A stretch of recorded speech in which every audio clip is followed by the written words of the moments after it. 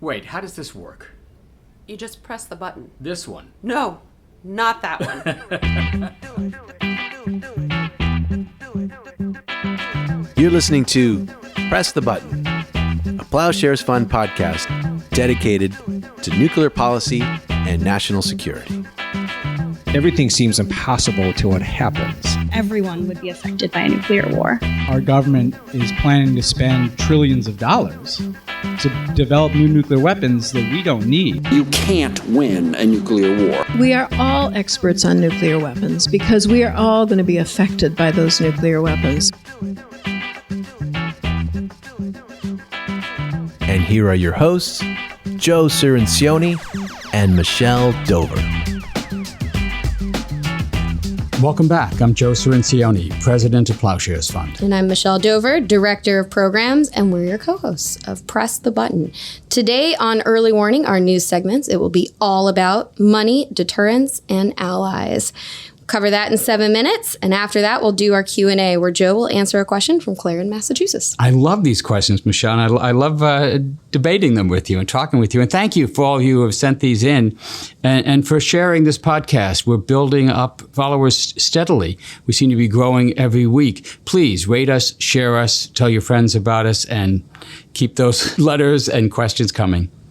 Our interview this week is with John Tierney, former congressman from Massachusetts. He served 18 years in the House of Representatives, and he's now the executive director for the Council of a Livable World. And he's played a key role in outside lobbying for the National Defense Authorization Act, the NDAA. A lot of key arms control and national security provisions in there. He's going to walk us through them, how we can bring down the military budget that seems to be out of control these days, and what to look for in the next couple of weeks as this vital piece of legislation clears conference and comes back to the House and Senate for consideration. But first, we're going to do the news. And now, Early Warning. Early Warning. Early Warning. Early Warning. A 7-minute synopsis of this week's nuclear news. Welcome back to Early Warning. I'm Michelle Dover, and today I'm joined by Joe Cirincione, President of Plowshares Fund and co-host of this podcast. Hello, Michelle. And Mary Kaszynski, Deputy Director of Policy here at Plowshares. Hi, Michelle. Welcome. We have a lot to cover in 7 minutes, so let's get started. Mary, on Iran, over the last week, we have watched the collapse of the maximum pressure strategy. Questions about whether it has failed to deter attacks on Saudi Arabia, questions about what the U.S. should do next. How does the U.S. move away from a failed strategy? Well, that's a really good question. The short answer is it's really hard. You know, Secretary of State Pompeo and others in the Trump administration, Bolton may be gone, but the architects of this maximum pressure campaign are still there and they are doubling down. They backed off from the military strikes, but they announced new sanctions against Iran, and they've tried to assert that the maximum pressure campaign is working when in fact it has clearly failed. Now, the good news is that there's a very few who are still calling for military strikes. The broad consensus is against direct U.S. intervention in defense of Saudi Arabia. So that's the good news. The bad news, again, is that this maximum pressure campaign is here, and it looks like it's here to stay. Yeah, but those few people have big drums, and they touch on something that's just central to the Washington blob, the Washington think, which is all about strength and red lines and establishing deterrence and not backing down. So you have people like Brett Stevens, who's editorializing, Saudi Arabia can't defend itself despite its $68 billion military budget. $68 billion. So the U.S. must. But if the U.S. won't defend it, he says, then what might Iran do next? So that's that kind of fear factor. Everybody's favorite neocon curmudgeon, Ruel Mark-Recht, says what the president ought to do is realize that he can't deal his way out of this confrontation. He must military check the Islamic Republic, and he must go for the only true solution. And what's that? The cleric regime's dissolution. And here's Ken Pollack, a really good analyst. I've known him for a long time. He was strongly in favor of the war with Iraq. And again, he seems to be beating the drum, and he uses this kind of Washington speak. The best way, he says, to, quote, reestablish deterrence and prevent additional Iranian attacks is to respond militarily, even though he at least recognizes this is going to lead to a wider war. What none of these people say is the way out of this mess is to go back to the future. What was the future? The Iran anti-nuclear deal. The deal that we negotiated with our allies that solved the Iranian nuclear program and opened the door to dealing with these other issues. Trump rejected it, and he's gotten us into this mess. But instead, the Back to the Future strategy they're trying is the old Marty McFly technique of getting him to do stupid things by calling him chicken. Nobody calls me chicken. It's clear there's no better deal, then there certainly isn't any better military solution. So, second story, looking internally at the U.S., Boeing is attempting to enlist the U.S. government to help it battle Northrop Grumman for an $85 billion contract to replace the U.S. intercontinental ballistic missile. The company has complained that the deck was apparently stacked against it in the competition, so it's asking Congress and the Pentagon to intervene. Joe, is it just all about the money? Yes, it's just all about the money. I can't emphasize this enough. There's $55 billion a year we spend every year on nuclear programs and related programs. And that's why you get articles like you got in this Monday's Washington Post, which talks about the Air Force Association conference, where, quote, thousands of uniformed service members rub shoulders with suit-clad defense contractors hawking the latest weaponry. And what's the weaponry they're debating now? It's Boeing versus Northrop. So it's not peace versus war. It's about who gets to build the next generation ICBM. It's worth of somewhere between $85 to $120 billion. No talk about what these weapons would do, but whether we need so deterrence, once again, that euphemism pops up in our talk, this amorphous deterrence that we need these weapons for. But the real story is not about ideology or strategy, it's about contracts. Well, and I would say the really good news, despite all of this bad news, is that there is growing momentum to rein in wasteful Pentagon spending. And part of it's because of necessity. I mean, this budget is out of control. There's growing recognition about that. The debt is increasing in an outrageous way. And the next time the debt ceiling comes up, policymakers are going to be forced to confront this over and over again within the next few years. There are some congressional leaders that are already working to reduce wasteful Pentagon spending. Bernie Sanders and Ro Khanna have been real champions on this, as well as other members of Congress. And among outside experts, too, there's growing momentum to support this kind of an effort. I'd highlight in particular, our friends at Win Without War have a new report examining wasteful defense spending. If you haven't checked it out, I highly recommend it. I'd agree. Our military procurement system is broken. It's being driven by the profits of defense contractors, not about the national security of the country. We have to do something about this. So we have just under 2 minutes left for our last story. There was a piece yesterday in Vox about how South Korea is unhappy with U.S. management of the dialogues and negotiations with North Korea. The lack of progress on the nuclear question, keeping South Korea out of the process, has meant that there's been no progress on improving North-South relations, which was a key goal for South Korea. Joe, what does this mean for future negotiations? Right, very good story by Alex Ward. I'd recommend it, Vox News. And he points out how President Moon, the president of South Korea, his policy had been to increase the economic and diplomatic and political ties with North Korea, establish new trade relations with them. But that was all keyed on the U.S. relaxing the sanctions that it put on North Korea. And that's keyed on there being actual talks between the U.S. and North Korea, which there haven't been at the working level since the Hanoi summit. So you're seeing increasing anger in South Korea at not North Korea, but at the United States. So the UN General Assembly is happening this week, and I think this could be a chance. It's been historically a chance for high-level meetings. Trump is there right now at the UN General Assembly. He's going to be addressing the G8 on Tuesday. This could be a chance for Trump to take some high-level meetings and try to repair some of, frankly, the relationships that he has damaged over the past few years. Will it happen? I'm not holding my breath, but it's certainly a chance. Right. Trump is stumbling. His policies are failing. He needs allies, and the only way is to reach out to them and get their support. Uh-oh, don't tell me this. Yes. They are up. The 7 minutes are up. Joe, Mary, thank you for joining.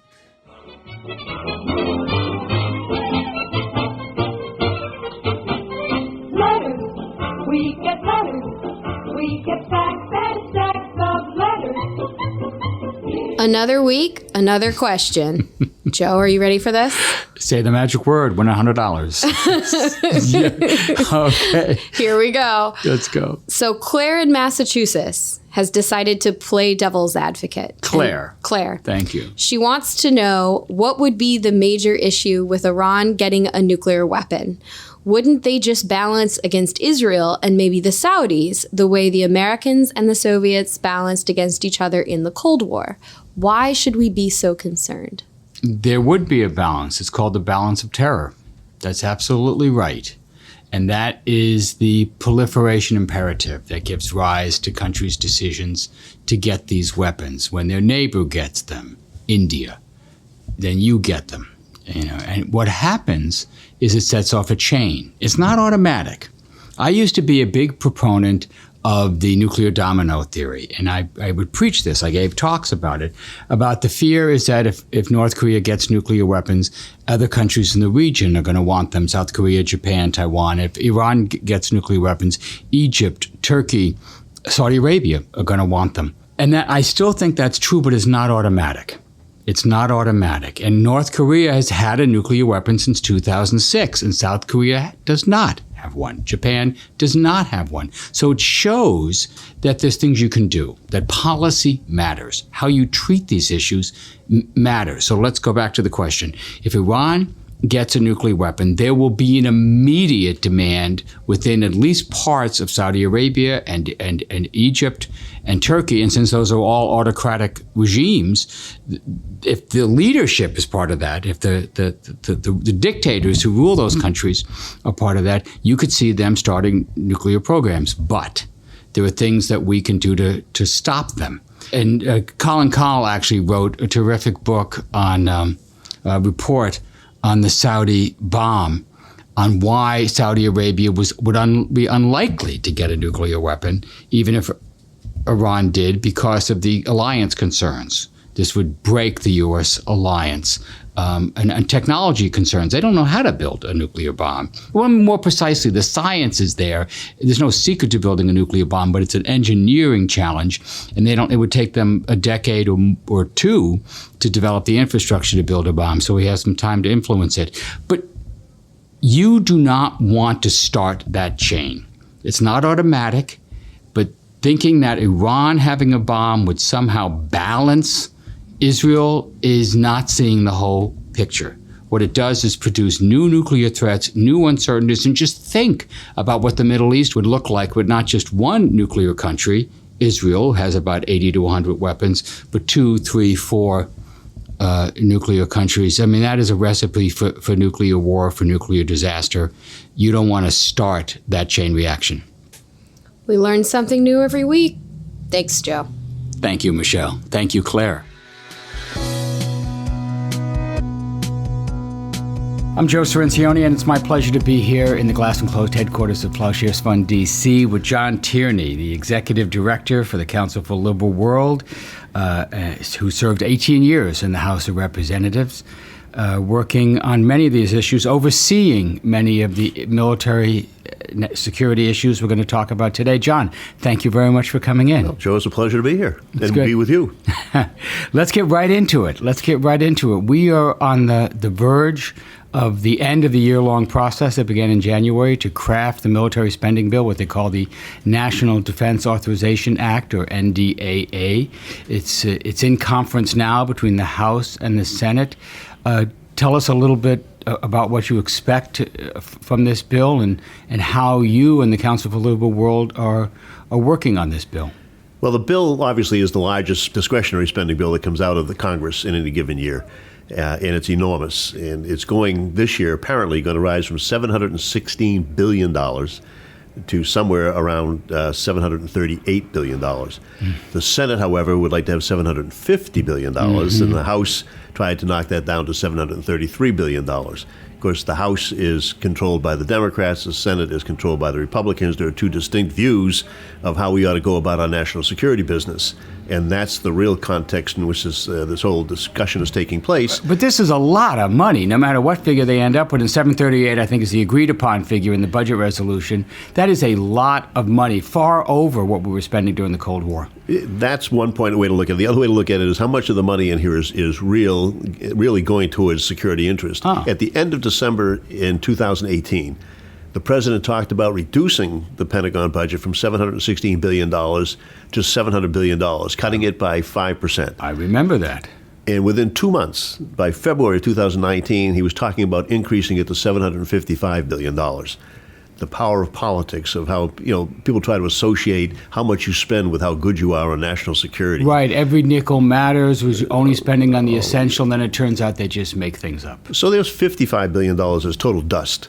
I mean, there was no rationale behind why we needed it. The Pentagon wasn't asking for it at that time. Of course, they'll spend whatever you give them. And it goes on. And this happens year in and year out. So you look at this bill in the context, you say there's a lot of stuff in here that's waste. There's always a lot of fraud and abuse. They can never pass an audit, never have. And instead of going after that on a regular basis, they continue to fluff it up under the guise, we can always convince the public that for their national security, they have to spend more. There are industries out there making a fortune on this. We spend a ton of money on weapons systems, some of which we never test out and work, some of them which, like missile defense, we will talk about, I assume, later, has been spent billions and billions of dollars since its inception as an idea, and it doesn't work, and physicists tell us it won't work to the point where you could ever have any strategic reliance on it. So this budget is replete with things like that. So the fact that the argument comes down to $750 billion and $738 billion denies the fact that there's probably a lot more in that budget that could have been cut and left us with a strong military. The real factor in this is if our military is telling us that they need $738 billion, which is more than the next 7 countries spend on their defense combined. And of those 7 countries, most of them are our allies or friends. So they're just adding up on us. Right, Germany, Great Britain, France, that's included in those. And yet we have to be afraid of Russia and China. Either they're lying to us or they're just total incompetence. Which is it? Should we get rid of you because you can't spend money effectively, like apparently the Chinese and Russians do, who are scaring the hell out of you? Or are you not really afraid? You're just trying to get as much money as you can and spend it however you want to spend it. And that makes sure people don't look at it.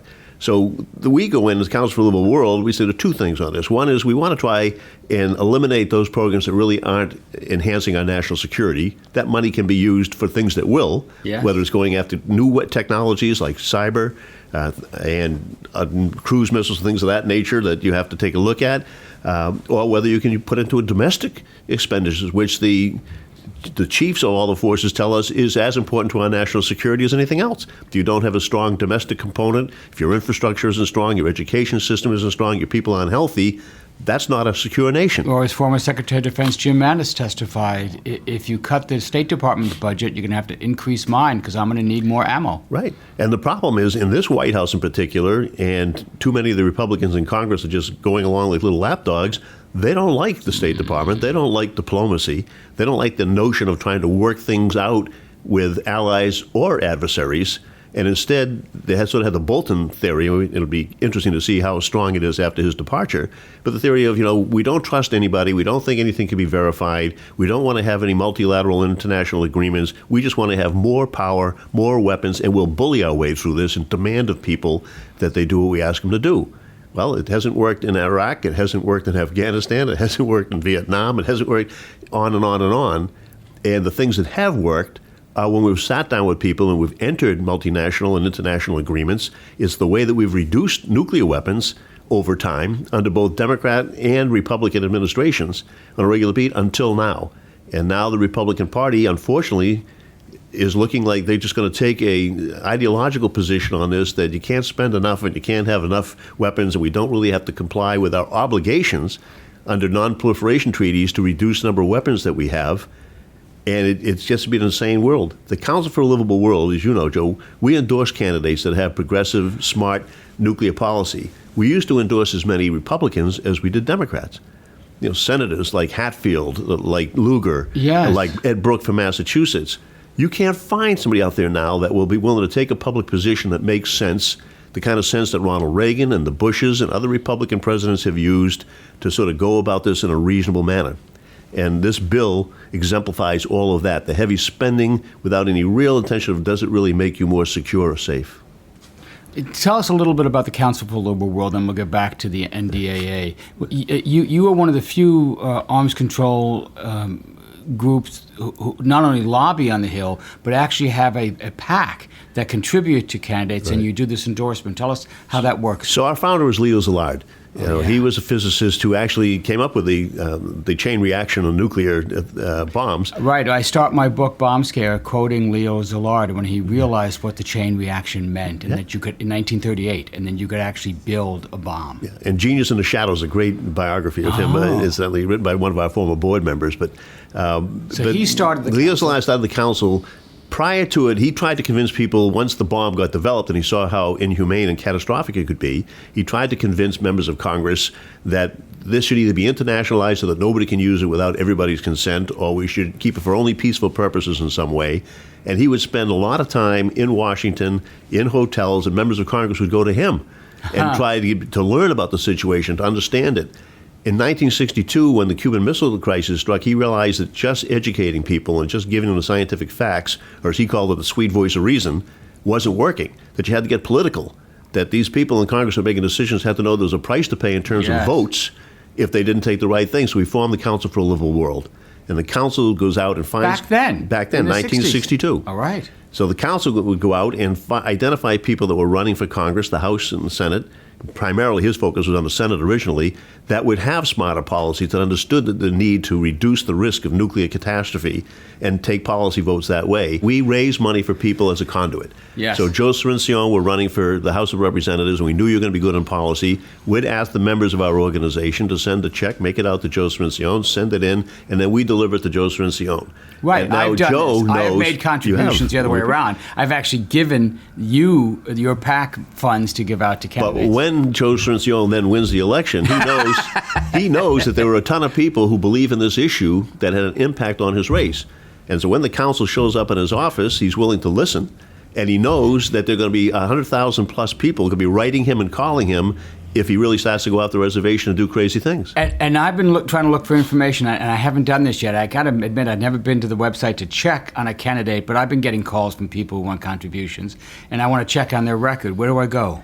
Well, you can come on our site. You'll see the people that we endorse. Yes, and that's it. So just go right to www.livableworld.org. Livableworld.org. And will that tell me how they voted on some of the provisions you care about? Well, in the background material, they'll tell you whether or not they've voted on these provisions and how they've voted on them, and give you the background on the candidate. And if you're a member, you can then also contribute to the PAC you talked about, the Council for a Livable World Candidate Fund.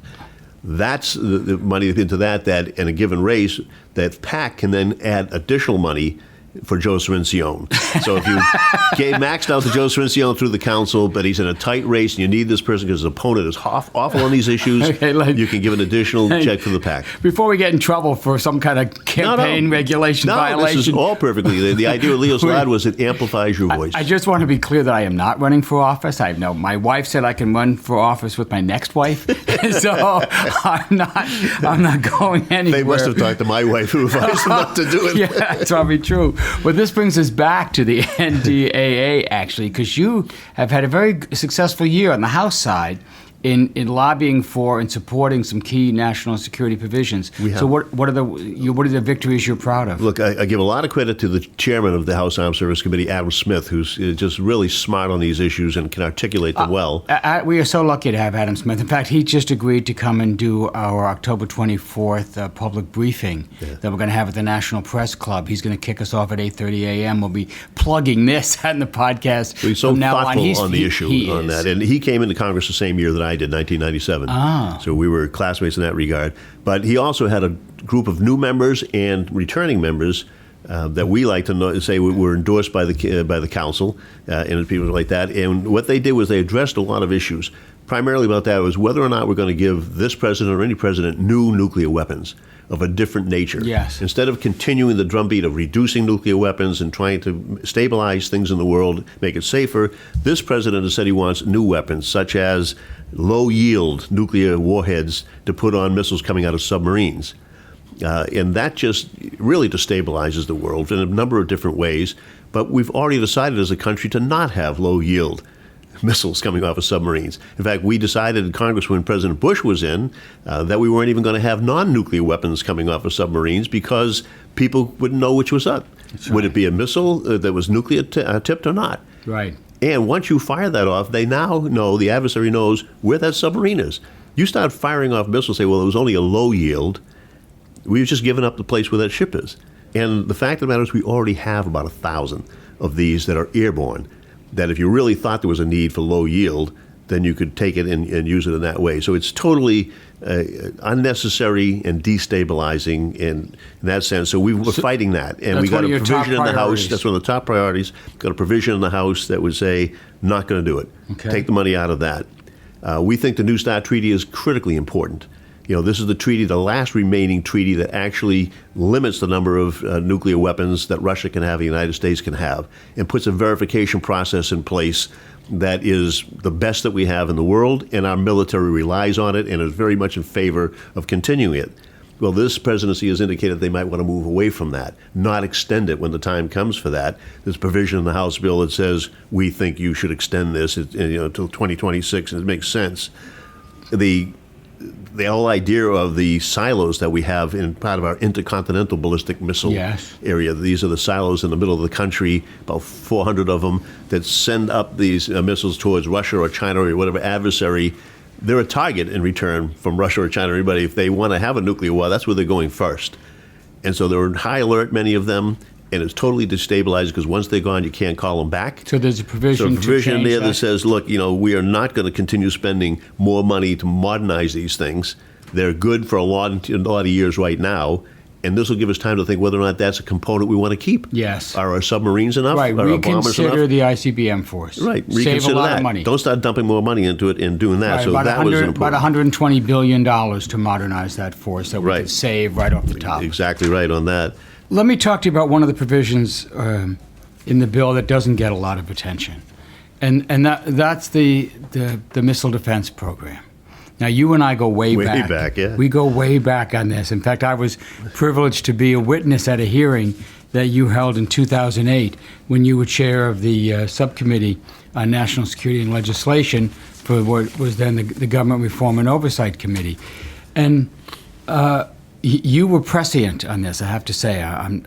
You warned in your opening statements in that hearing that we were spending far too much on unproven technology that didn't work then, might never work, and we should be diverting those funds. We didn't divert those funds. We've been spending about $10 billion a year on missile defense. We don't even keep track of it anymore. I've lost track of how much we've spent on missile defense, but it's hundreds of billions of dollars since Ronald Reagan launched this effort in 1983. What's your thinking about where the program is, and what do you think we might be able to do to rationalize it? Well, the program is failed on that. I don't think there's any other way to put it. They continue to not only research and try to develop a system that would give you some sort of an umbrella or a protection on that, they actually deploy it. And that was the argument in the early 2000s when George W. Bush said that he was going to get rid of the anti-ballistic missile treaty. Yeah. I got to divert a little bit here to go back and do some history because I think it's important. Probably the second worst thing that George Bush ever did was go into Iraq. Probably the first worst thing he ever did was eliminate the anti-ballistic missile treaty, withdraw from that.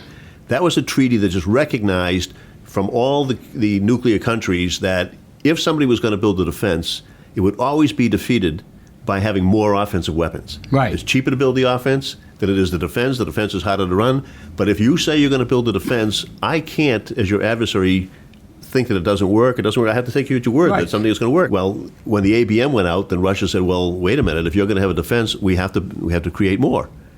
And the arms race is starting all over again. And then they said we have to have different types So that's where the cruise missile, that they're talking about a nuclear cruise missile, and the Poseidon nuclear submarine that can go long distance because it's nuclear charged. Torpedo, right? Torpedo, right? Putin's nuclear torpedo powered. So nuclear all of these torpedo. new things are a result of having come out of the Yeah. ABM treaty.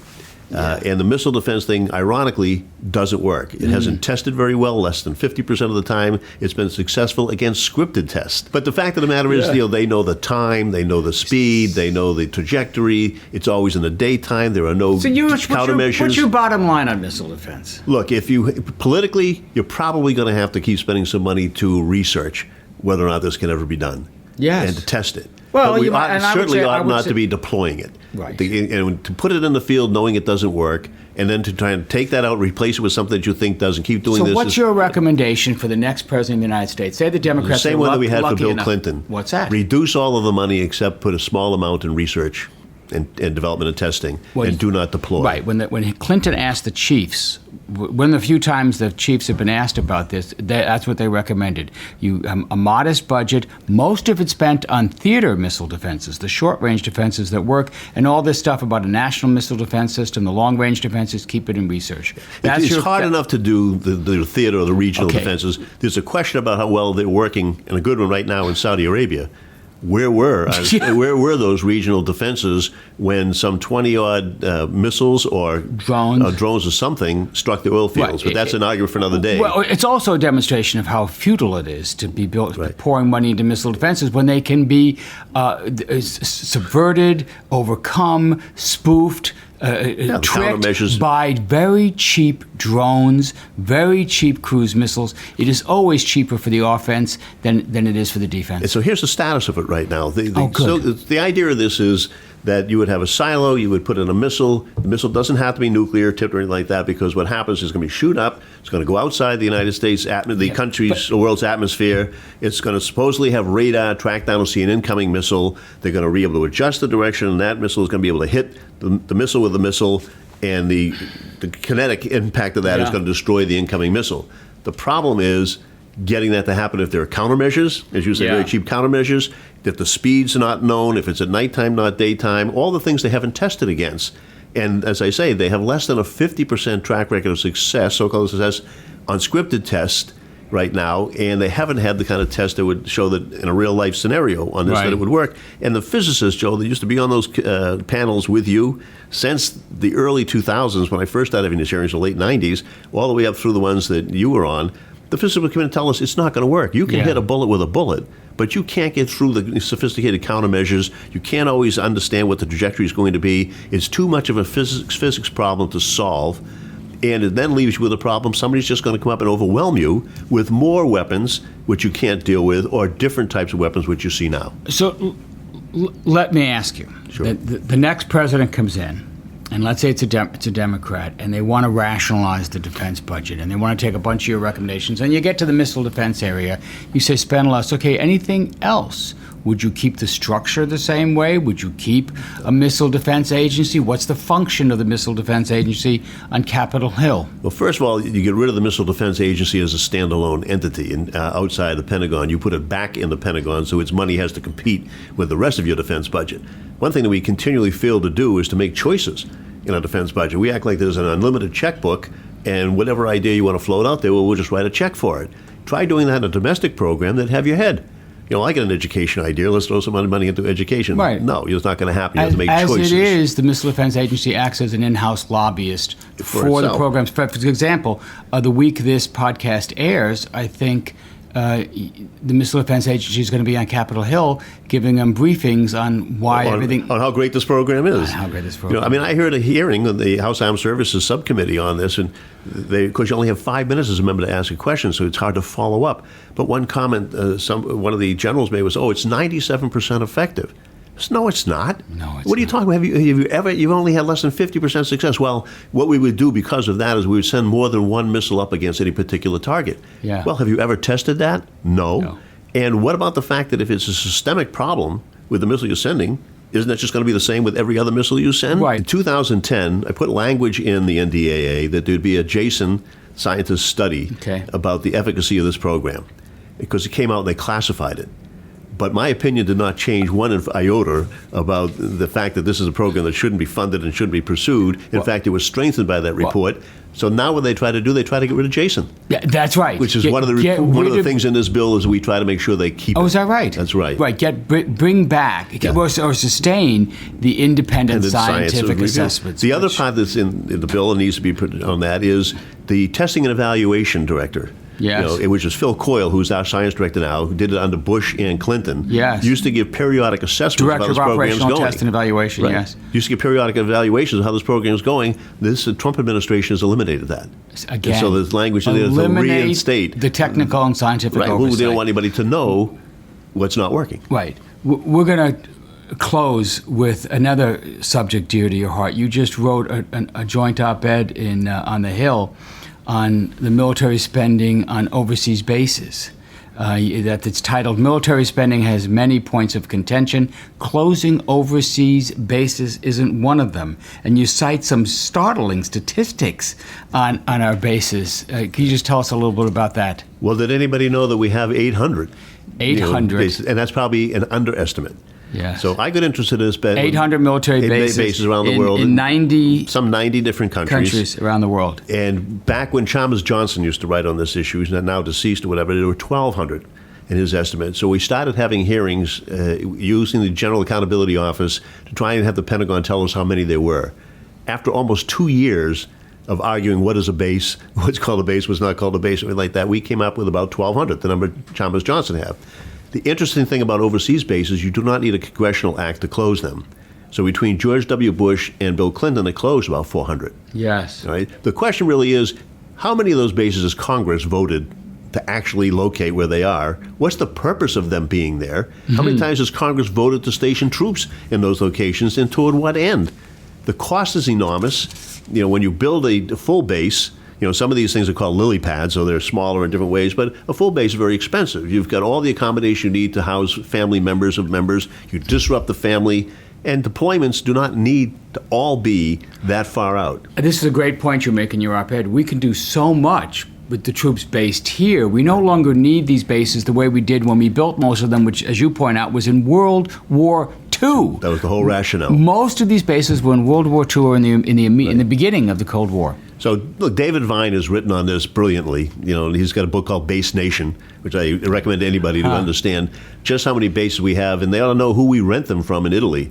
It's not the best sources. Hey, let's not get personal here. So, you say that U.S. bases represent 90 to 95% of the world's foreign bases? Absolutely. This is exactly what Trita Parsi was talking about in our last podcast, that we have this sprawling infrastructure and expenses based on this idea of world domination, which we no longer need. Right. We can be a strong nation without this unnecessary, antiquated military presence. And the spending is enormous, and the savings are enormous. Let me get this straight. The country spends an estimated $51.5 billion annually to build and run bases abroad. It rises to $150 billion every year if you include the cost of troops. How much of that do you think we could save? Well, we're trying to get to that number. David has done some work on it. He initially believes somewhere between 50 and 65 billion a year. So we could save. That you could save. By rationalizing the troops, bringing the ones home here. And I'll tell you, as a former member, every time there was talk of a base realignment and closure issue on a domestic base, it caused a member to go apoplectic because, worried about it. But there shouldn't be that kind of apoplexy about closing a foreign base that we don't need. Even the bases in Italy? 137. We can close a good number of them. John, this has been great. It's been wonderful having you here. Before we let you go, we just wanted to make sure we wished you a happy birthday. Oh. How the heck did you know that? We do our research on your staff. And by we, Thank you, Zach. I mean Zach Brown and Alex Spire. Thank you very much. We do our research. We have a little birthday cake for you. We just open it up here.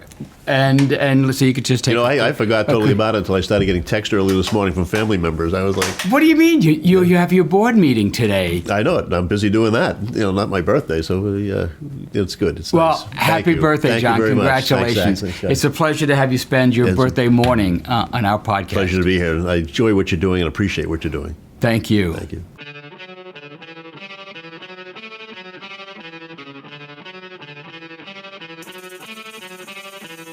Thanks for listening to Press the Button.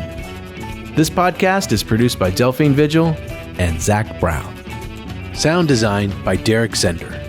Audio engineering by Derek Zender and Will Lowry. Research by Alex Spire.